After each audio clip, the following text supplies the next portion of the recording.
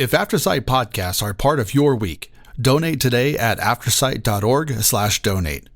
AfterSight is a nonprofit, and your support keeps these programs on the air and expands access for people who are blind, have low vision, or need other access to print. Be the reason someone discovers AfterSight this week. Hello, this is Kim Wardlow with AfterSight. I am your host for Navigating Life with Vision Loss, and we are in the middle of our sports series, our 16-week sports series. And I'm super excited today. Today we're going to talk about track and field and break it down and talk about how it can be accessible for individuals who are blind or low vision, and what the events are and all those kinds of things. But the reason I'm really excited is because Lex Gillette is joining us today, coming back on the show, and he's the perfect person for this. He is a 5-time Paralympic medalist, a 4-time long jump world champion, and just one of the most accomplished totally blind jumpers in U.S. Paralympic history. So welcome, Lex. I'm really excited to have you on and to have you explain track and field to us. For sure. Thanks, Kim. Thanks for having me on. Well, maybe we should start just with the very, very basics about, we talk about track and field, but especially if somebody's never been visually able to see track and field events, like just to explain what is track and what is field, because there's different events in each one. Yes, that is a very good distinction.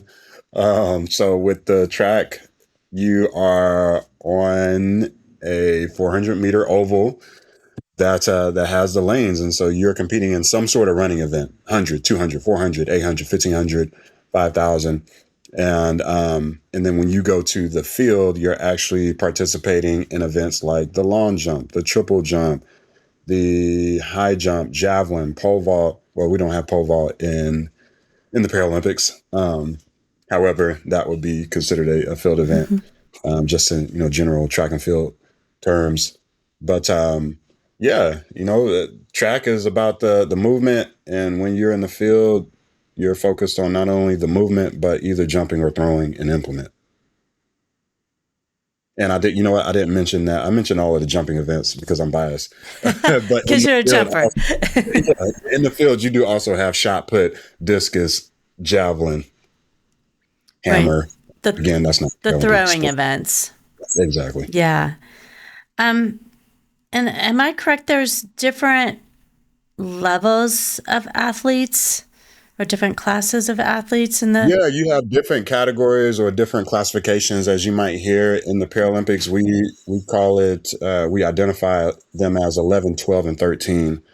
In the track and field events, you'll see either T11 or F11. The T stands for track, the F stands for field.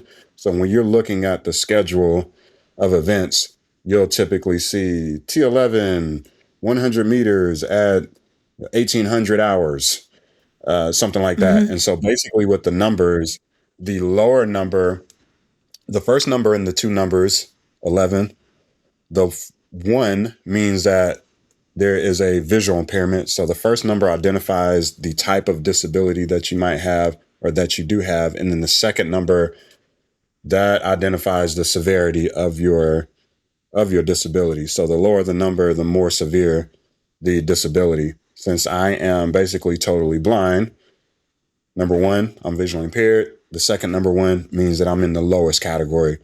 And then as you go up 12 and 13, they have, when we go to competitions, they call it classification. And so you get classified. That basically means an ophthalmologist or a doctor is going to take you through an examination and determine how disabled you are, so we can figure out where to place you within the competition. And so there's a certain visual acuity that the 12 and 13 athletes that they have, and the ophthalmologist determines what that is. And based on that information, they put you in either category. And does that, I know for some sports like goalball, they wear the sleep shades, the blindfolds, so that everybody has the same level. Obviously, they're doing categories, so they wouldn't be doing that. But are there other differences? Like, do all levels have guides? Or Yeah, that's a great question as well. So you mentioned goal ball. The majority, all of the athletes who are on the court are wearing a blindfold. In track and field, T11 athletes are the only category that are required to wear a blindfold. That's to ensure that everyone, all of us, in fact, are totally blind. So they do make us wear the best way I can describe it is kind of like a Band-Aid shaped like an oval, where you peel the paper off and you cover your eyes first. To my knowledge, that's pretty similar in goal ball. They tape you up first and then you put the blindfold on. So we do the same thing as T11 athletes, whether you are on the track running or you are in the field competing in a field event. And then the 12 and 13s, the 13s are not going to be wearing a blindfold. They are not required to use a guide. They're actually not allowed to run with a guide. The athletes in the middle, however, the 12 category, they do have the option of using a guide runner if their visual acuity, if it calls for it. So yeah, I mean, there's definitely it's some nuances and adaptations that are made for sure. yeah. Could you tell our listeners a little bit about the differences between like a sprint race or middle distance? Obviously, the distances are different, but what's required from the athlete that might be different if you're looking at different lengths of races? Yeah, I think that so just from the like pure X's and O's, once you identify what race it is that you're competing in or training for, that is when you shift your thought process to, all right, well, what exactly is it that I need, not only from a training standpoint, but just from a support standpoint.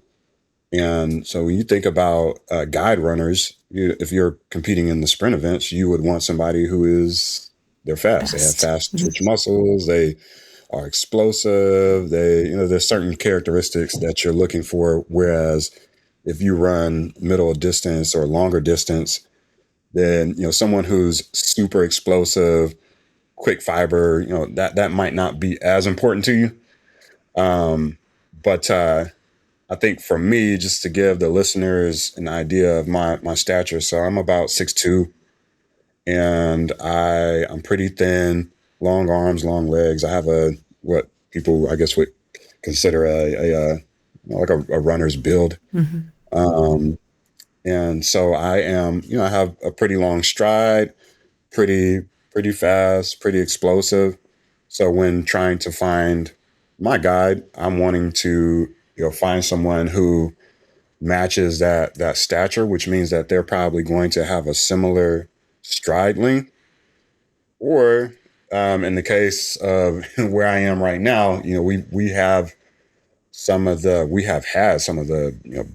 best guy runners to ever step on the track. And so one of them, Jerome Avery, not as tall as I am, 6'2". However, he has this ability to basically conform to what the athlete is doing. And so if you have a shorter stride, he's able to adapt. If you have a longer stride, he's able to adapt to that as well. And so, oh gosh, it's we could talk about that piece for hours upon hours. But yeah, there's certainly so many things that you want to look for. Right, and getting the right guide, especially if you're competing, would be very important. I would think it might take a bit to find the right person. I will say one of the things that I do feel like is really important is that most times when people think about the athlete and the guide, in their mind, they're thinking that, oh, okay, well, when searching for a guide, I need to have someone who is just as fast as me, which I really try to get people to think a little differently, because in the Paralympics, you go to the Paralympic Games and say you're running in the 100-meter, 100-meter sprint. There could be 3-4 rounds of athletes, because another thing to think about, when we are on the track, an athlete is running with a guide. That means that on an 8-lane track, we only have 4 athletes. Oh, right. Yeah, accompanied by 4 guides, right? Right. Because that's Go to the the lanes you Olympics, have total. exactly. So if you go to the Olympics, they're able to fill all 8 lanes. So I say all of that to say, if you like, there's been times where you have to go 4 rounds of a 100-meter sprint within the Paralympics, because that's the top 16 athletes in the world, for heats of 4. So I say all of that to say, you want your guy to be significantly faster than you, because if they're running just as many races as you and they're just as fast as you don't know how that is going to tax their system. They might get a lot more tired than you do. They might just require a lot more. So ensuring that you have an athlete who, say they run in a competition setting, let's say they run a second faster than you. That's a good bit of cushion. And that's also letting you know in your mind that, all right, over these 3-4 races, this is not going to tax my guide that much, which, since we're running beside each other, he's not going to impede my progress or keep me from, getting to this finish line as fast as possible, because what I'm running is so much easier for him or her. Right. I didn't think about that you would want somebody actually a little bit faster than you, but that makes sense. How does the guide actually work? In some sports, they're just saying, giving verbal cues, but you're actually, in a race, you're actually connected with a tether. Is that correct? Yes. So we have a tether, and what a tether is essentially a string, if you will, that has a loop on either end. That string is probably, if you stretch the tether out, if I had to guess, it's probably 7-8 inches from end to end. So it's not terribly long. Mm-hmm. The 2 loops on either end are designed for me or any other athlete to put fingers in one loop, and then your guide would put fingers in the opposite loop. The idea is to be in sync when you're running. So for those who might remember old school here, like the old school 3-legged race, where you have your leg in the middle, the 2 individuals' inner legs are tied to each other, and you're having to work to get to the finish line. Similar situation, but we're just connected at the arm. But the important part of it all is, you're on a track and you're racing not only people, but really and truly you're racing the clock. So you're wanting to go down this track as fast as possible. So ensuring that you all have a good rhythm, a good pace, you're in stride, that's going to put you in the best position to be able to have a smooth race. Whereas if you're bumping elbows and tripping over each other's strides and things like that, that could potentially cost you some time. And, you can go from winning gold, silver, bronze, or not even getting on the podium in the span of 100th of a second. So, us, like, when we go to training, we are making sure that we are doing everything that we can do there in terms of, mistakes or anything like that, so that when we get to the actual competition, it's like, boom, boom, boom. We worked at this. This is muscle memory, second nature. Let's just, we can make this happen.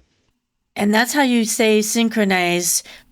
I feel like it's just important to let people know, like, you have a guide, but they're not running in the race for you. Like, they're just helping you to know where you're at, and giving you cues. But you as the athlete have had to do all the work, and you're running that race. Yeah. Now they are literally just there for supporting, and and not only they help you get to the Paralympic stage, of course, and they help you to run the races or compete in the field events. But you think about that 4-year journey that leads up to the Paralympic Games. They are there with you. Well, for us who have been pretty fortunate, you would hope that your guide is able to train with you for the duration of those 4 years, so that you can build build that relationship. You can build the continuity. You can become a cohesive unit. Because this is someone who, they're helping you run the repeat 100 meters. They are describing things for you. That's a part of the ordeal as well, letting me know what things look like in the lead up to getting to the Paralympic Stadium. What does the warm up room look like? What does the call tent look like? How can I navigate from this part of the athlete's village to that part of the athlete's village? What do we need to strategize for in terms of making sure that we can continue training at a high level prior to knowing that we have in 10 days a really huge competition at the Paralympics? This guide is here for all of those things. So you want to make sure that, this is somebody who, number one, you have trust and you believe in them from an athletic standpoint, knowing that they can help you compete to the highest ability.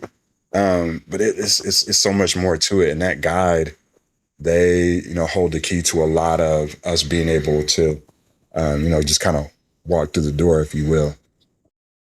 Yeah. And so they're helping you, like, as you're both getting in your own lanes, getting into the starting blocks and things. Could you describe that start a little bit, getting into starting blocks? And then depending what length of race you're running, you might need to go around curves and run laps around the track. Yes. So you can always, for all the listeners, if we're just running 100 meters in a traditional 100 meter race, you won't have to worry about any sort of curve of the track. You always, 100 meters is one straight line.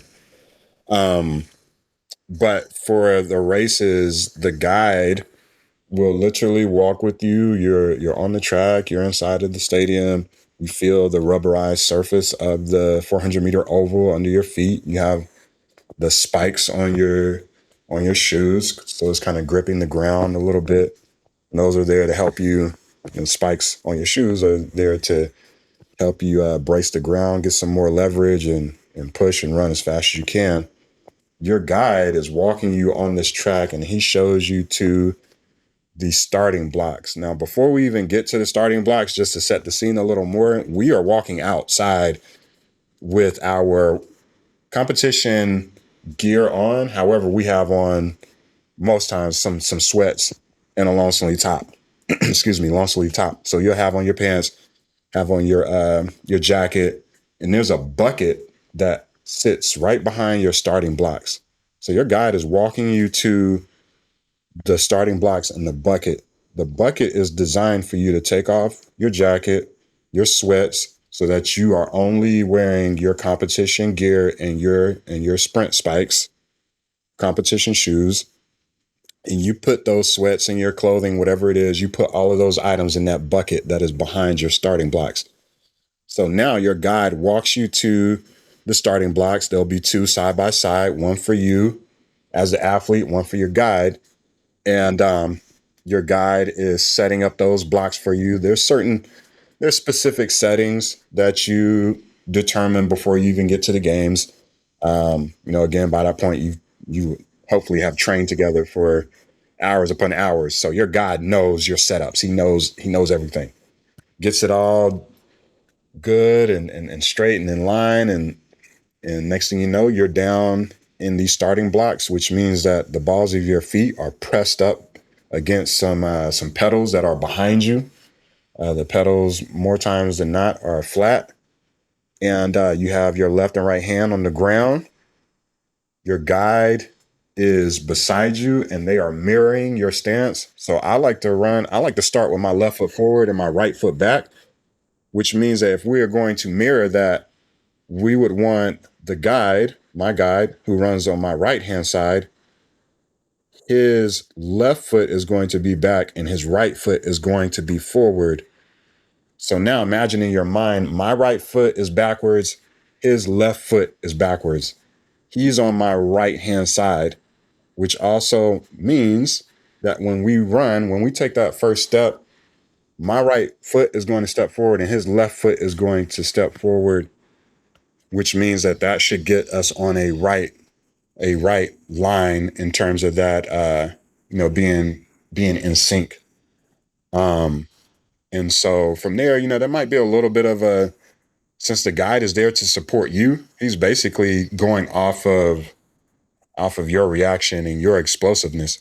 So if there's one day where I'm feeling really good and the adrenaline is going and the starter, pow, they hit the gun, boom, boom, boom, boom, boom. Sometimes I might explode out a little more quickly, but the guide is there, which goes back to my original point around why you want your guide to be faster.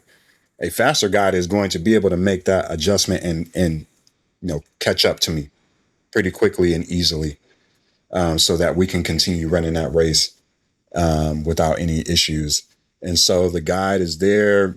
He is talking to you the entire time. He's letting you know what positions that you need to be in. He's letting you know where you are on the track. Oh, 50 meters halfway, 60 meters, 70 meters, 90 meters, 95 meters, lean. So, you're following all of these directions. He's literally painting this picture for you. And the one thing to always remember for the Paralympic race is the guide cannot cross the finish line before the athlete. That's probably one of the biggest rules out there. The guide has to allow the athlete to cross first. If the guide crosses first, it's an automatic disqualification. So that would essentially be you. It's almost as if you never were there. So imagine yourself being in that type of situation. That'd be horrible. Trained for 4 years, right? And so, yeah. So, the guide is, they're hands-on the entire time. But again, you get to that Paralympic stage. We have seen athletes cross first or guides cross first, and unfortunately have to deal with that. But the majority of the time, you'll see the athlete, they might run 11 seconds, and then you'll see the guide's time, and it's like 11.02 seconds. So it's like, oh, thank God, we did it. But yeah, the guide plays an important role. Oh, and the last thing I'll say too is the bucket that is behind the starting blocks, because I know you're probably wondering what happens with that bucket. So there are volunteers that are on the track, and they take those buckets and they relay them down to the finish line, so that when we're done with our races, we're able to grab our stuff and go through the rest of the motions. Great. Well, thank you for that detailed description. I think that really gives folks a feel for what it's like to be on the track and getting ready to run and then to run the race. Yeah, and I would think a guy would feel terrible if they inadvertently crossed the line first. I'm sure none of them ever mean to. They don't get medals either, do they? So they did change that in, I want to say it was 2012. Oh, okay. But around that time, they started the athletes who win medals on the track, the guide runners get medals as well. However, they don't do that for the field event athletes, which I feel like that needs to change. But yeah, if you run an actual race on the track, your guide is eligible to get a medal. Okay. Yeah, because I feel like they will have had to have done the same amount of work and as you said, probably are a little bit faster, ideally. So yeah. And that's, I think the interesting thing about that is, this person is like, for me, people always ask, well, how many hours do you train? What do you do? Da, da, da. And I'm like, well, on an average week, it could be anywhere from like 25 to 30 hours when you add in the recovery time, the things that you do after training, the things that you do before training. All of those things count. And so if your guide is doing the same things, that's 25 to 30 hours of their time. The average human being, 40-hour work week, right? So this is them taking time out of their lives. And so for them to actually, for them to get a medal, I think that's a no-brainer to me. They actually should get a medal, because they could be certainly doing anything else in this world. But, for them to dedicate their time and effort to us and not really get the compensation that I personally believe they deserve, that says a lot about them as human beings, them as in guide runners. Yeah, definitely. Well, hopefully areas where their guides are not getting medals, hopefully that will change. Let's switch to the other half, to the field events, which I know includes your specialty area of jumping. So we have the jumping and the throwing events.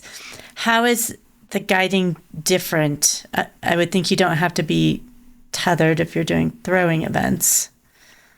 So with all of the field events, which you only have the ones that I know, you have the jumping events, and then you have the throws, like shot put and discus and and it's like, I won't go too far into the weeds, if you will, because it's like each category or disability. Some disabilities have this throwing event, other disabilities have that throwing event. But the biggest thing, just on our side, like, the guide cannot be connected to the athlete, so you will not see a tether out there. In the long jump, our guides have to stand at a certain point. They have to be stationary outside of, if they're standing by the takeoff board and you're running in their direction, they'll allow you to get out of the way of the person.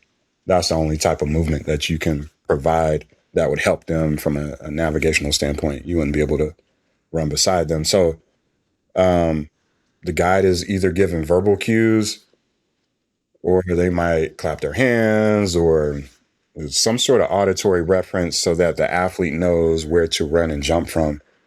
And whether you are blind or not, if you compete in long jump, any of the field events that require you to run up, take a run, you always identify the number of steps. So some of my training partners, like names in the Olympic world, like a Will Clay or a Brittany Reese. Some of these people have been really good long jumpers and triple jumpers. They have eyesight and they still count their steps. They know that when they get on the runway, boom, I need to take 20 steps.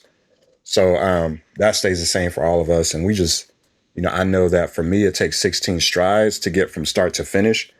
My guide literally walks me to my starting mark, make sure that I'm standing in the middle of the runway. This runway is typically it could be like 3 to 4 feet wide. The length of the runways differ, but you can assure, most of them are at least, like, if I had to guess, like 40 meters or so. And so there's a decent amount of real estate. Your guide, once he sets you up, then he walks down the runway, and he'll get to the takeoff board, which is, it's just for us as T11 athletes, we could talk about this a little bit. There is a square takeoff zone, and that square is a meter on each side. And what they do is they put a layer of white chalk on the top of the board so that when you jump from that takeoff zone, the official can see your foot inside of that chalk. And they measure from where your toe is, so the end of your toe, your big toe, to where you land inside of the sand pit. So the sand pit they all differ from competition venue to competition venue. But if I had to guess, I would say probably anywhere from like 10 to 12 feet in width.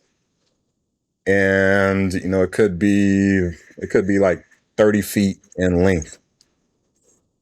So you're running down this runway, get to the takeoff zone. You want to make sure that you leap from that takeoff zone. We're able to basically confirm that I will jump from that takeoff zone because we know that I take 16 strides. And I know that, after training for 4 years, Monday through Friday, boom, it's muscle memory. So a lot of the times you just, it just happens. And you jump, propel your body forward through the air. And for my folks out there listening, in long jump, you're trying to go as long as you can. So horizontally from the takeoff board, kind of imagine like a parabola, like a rainbow. That's the kind of angle that you want to have. Take off, incline a little bit, ride the wave. And as you start to decline towards the ground, you put your arms straight forward, your legs straight forward. And once your feet hit the ground, you're trying to get your body, the rest of your body, to as close to as close to the mark that your feet made as possible, because they're going to, again, they measure where you land in the sand. And so if you imagine, like, if you fall backwards, Yeah, I was and going to say, you don't want to fall backwards. yeah, that's not what you want to do, because if you throw your hands behind you, then they're going to measure from where your hand is. So again, you want to make sure all of your body is forward. Yeah, I can see where counting the steps, as you said, whether you're blind or sighted, would be so important, because in the competition, you don't want to be trying to focus, like, where's that spot where I take off from, just to have that knowledge in your mind. Like, when I hit this 16th step or whatever it might be, that you know that's when you jump. I can see where that would be so important. Could you describe for folks maybe the difference? Certainly the long jump, you've described that. What are the different types of jumps that people may be competing in? So you have long jump, and then you also have triple jump. Long jump, you run down the runway, boom, you take one jump. You're trying to get as far as you can off of either your left foot or your right foot. If you're competing in the triple jump, this means that you're making 3 movements once you take off. Everything is the same in terms of your approach, your run up, your runway. It could, it might be a little shorter since it is triple jump. I guess that's not as important for the sake of the answer to the question, but the takeoff area is the same. Now, what's totally different is, since there's 3 movements that you have to make, the takeoff area is a lot farther away from the sand pit. So in the triple jump, you have to, the 3 movements are, you take off with your left, land on your left, jump to your right, and then once you jump off of your right, you should be able to land in the sand. So it's a run, take off with your left, land on your left, get to your right, you jump off of your right, boom, and you land in the sand. So it's either a left, left, right cadence or a right, right, left cadence. You couldn't do left foot, left foot. I don't know the reason behind any of that. But so yeah, my guide is standing at the takeoff point here. But since there's a little bit of real estate between the takeoff zone and where the sand pit is, you have to really make sure that you stay straight and in line, because those are three movements that you're making. And so again, to give you more context, my best triple jump is 42 feet 9 inches, I think. So you're going from that time that you take off, you're traveling 42 feet horizontally. So yeah, you got to make sure that, number one, you initiate the left, left, right, or right, right, left. But yeah, you're just making sure that you stay as straight as possible, listening to your guides' calls, and just making sure that you can have a safe landing. And what kind of audible cues are they giving you? You might hear the guide, they're saying, straight, straight, straight, straight, straight, boom, ah, boom, ah. So since you have 3 jumps, it's 1, 2, 3, ah. Like, the celebration part is the athlete landing in the sand pit. So I take my, my 8 strides or whatever it is. As soon as I take off, the guide is, go, yeah. So you kind of, like, you hear the type of cadence that you need to mimic. Because when you're taking off, like, you're wanting to try and, you take off with your left, your right knee is in the air. Then your left foot is going to hit the ground again, and your right knee is still in the air. So you're wanting to try and keep that momentum. When your guide is telling you, boom, boom, that's giving you an extra dose of energy. Like, oh, that's it right there. Go, go, go. There you go. That's what I'm talking about right there. Like, that's what you would hear out there if you were, you heard my guide. Like, it's just it's just totally different. But those kind of like punchy, very short things that he says, it's a certain type of energy and a certain type of just confirmation that it lets you know you are looking good, you're straight. Boom, that was a good jump. And for the field events, like the jumping, do they have, just like for the track events, is there a starting sound, a starting shot that sounds when you start to go, or is that different? You just go when? Yeah, no, you just have so there is a clock, and the officials, the umpires who are out there, they give you an idea of when you can start. Yeah. So you're waiting on them. And I know I've been mentioning long jump, but you mentioned the throwing events as well. And so to my knowledge, I'm not a thrower, so I don't know everything. However, what I do know is, you have a ring that you stand inside of. So it's, a circle. I'm not sure what the perimeter, the circumference is, but you have to stay within that boundary. That's kind of your safe zone.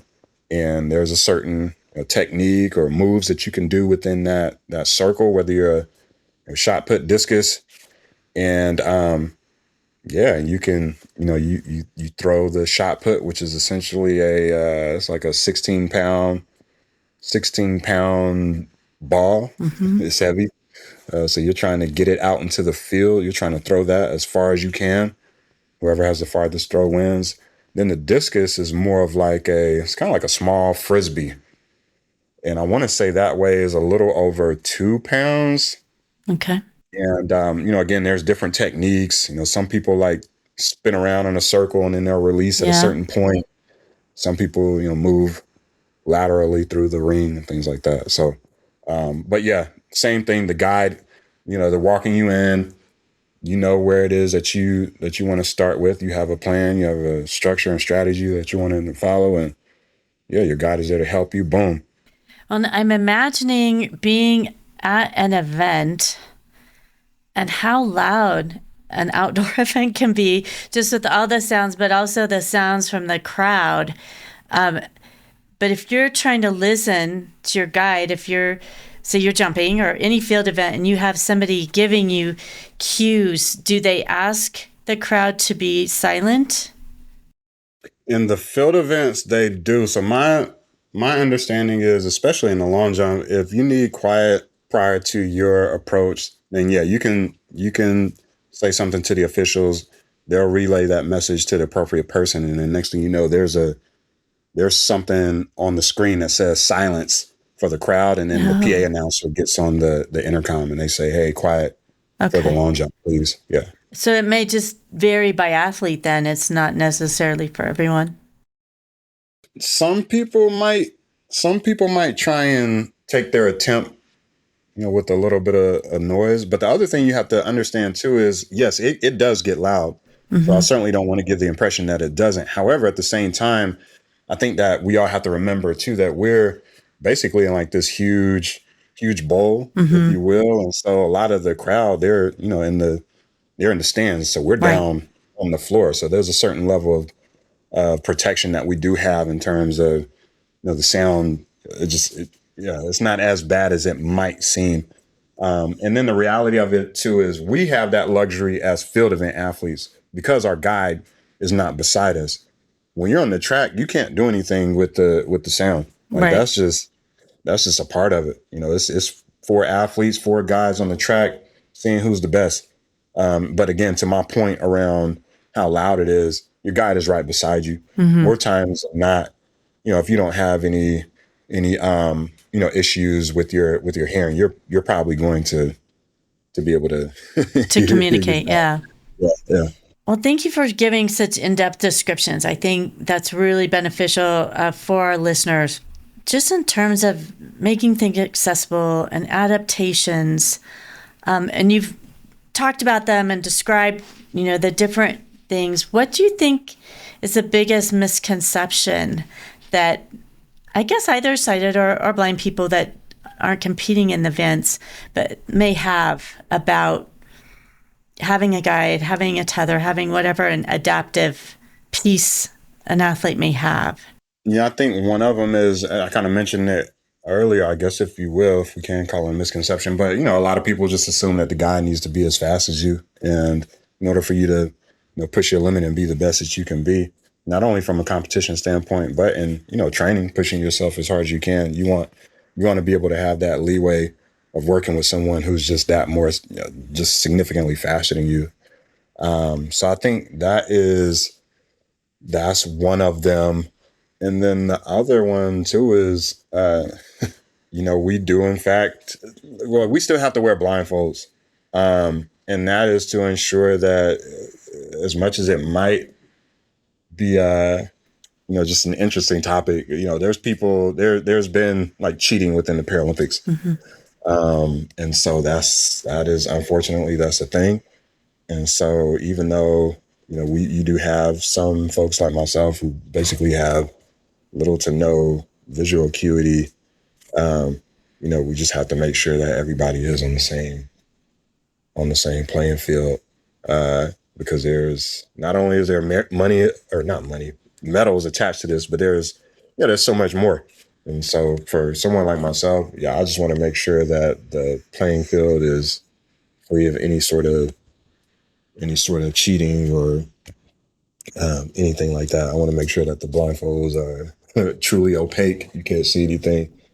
Have you ever had anyone think or comment that, well, you have these adaptations that makes it easier, which I know isn't true, because you're still doing all that work, and having a guide, it may make it possible, but it doesn't make the actual event or sport any easier.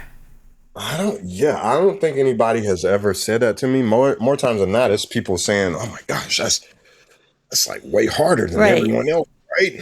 Because you're having to coordinate with somebody else and synchronize. Yeah, no, I don't think I've ever had anybody say that. Well, that's good.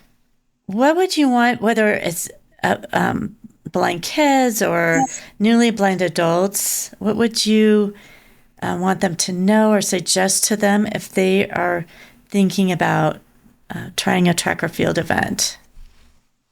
I would say that number one, I would say it's a lot of fun. Number two, I would say, just more broadly speaking, I would say, I believe that movement is medicine. So I certainly am really huge in wanting to make sure that we can continue finding athletes to compete for Team USA. Just want to continue the fun times and, all of those types of things, making sure that we have representation at these major international competitions. But I would just say, like, going back to the movement is medicine, just at any level, just really important to get out there, to move, to break a sweat. I remember going back to my early days of track and field, and I certainly had some athletic gifts that were identified at an early age. And it was cool to kind of identify that Paralympic track or journey that I could embark upon. But at that particular time, the biggest thing was just really gaining the confidence, learning what it means to be resilient, learning what it means to persevere through tough times, handling loss or things not going your way. I was learning about all of those things by participating in track and field and just sports in general. For me, as someone who is blind, I just feel like acquiring those skills at that age was really important, because yes, it did end up helping me to become a successful athlete, but even more than that, it was just helping me to understand what I could do as a human being and as someone who is maneuvering through society on a day-to-day basis. So I just want all of our community to get out there, to move around, have a good time at first, and then we identify that you have some skills that can be taken to the next level, then boom, let's go. Let's look at that. But I just the movement is medicine piece. Let's just get moving around so we can think a lot better, just live a lot better, be a lot better. It's just, I don't know. I love movement. I love physical activity. And I just know for us as a community, it can help in so many ways. Yeah, so you don't have to have a goal of being a Paralympian to be able to participate and enjoy, whether it's running or jumping or any, whether it's track and field or some other sport, to be able to enjoy and benefit from that. I agree. All those types of lessons that you learn, those are important. Whether you want to play sports or not, as you go, but the movement part is so important for health as well. Yeah. No, and I think, again, we could spin this conversation into so many different ways. Sure. But I just think about the employment, the just everyday life, like all of these things. Those skills help us to be awesome in all of those areas of life. And it's just, I think back to all of the things that were done for me.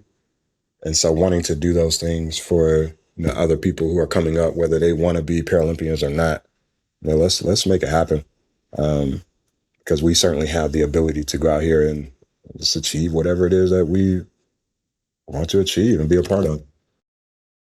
Well, Lex, thank you so much for joining me today and giving all of us such a great in-depth description of these different events and sports. So especially for younger folks that might be wanting to try these sports, to really have the confidence that vision loss or blindness doesn't need to keep them from doing those events, that all those adaptations are there, and that participating in these lessons just really apply so much to our everyday lives, even outside of sports. So I really appreciate you providing that encouragement, especially maybe to younger listeners. Totally. No, it's my pleasure. We definitely can't forget about the listeners that might not be younger. That's right. There might be older folks that want to run and do sports as well. Oh yeah, for sure. But yeah, no, let's get everybody out here moving. Oh, great. Well, thanks again. And for all of you out there listening, I hope you do, whether it's track and field or some other type of sport, that you do get out and get moving and just enjoy that experience of whether it's an individual event or a team event, but enjoy that experience of movement and participating in some sports. As always, I hope that the information we provided you today, maybe you're even inspired to be pursuing a Paralympian career. We hope that it helps you to navigate your life with vision loss.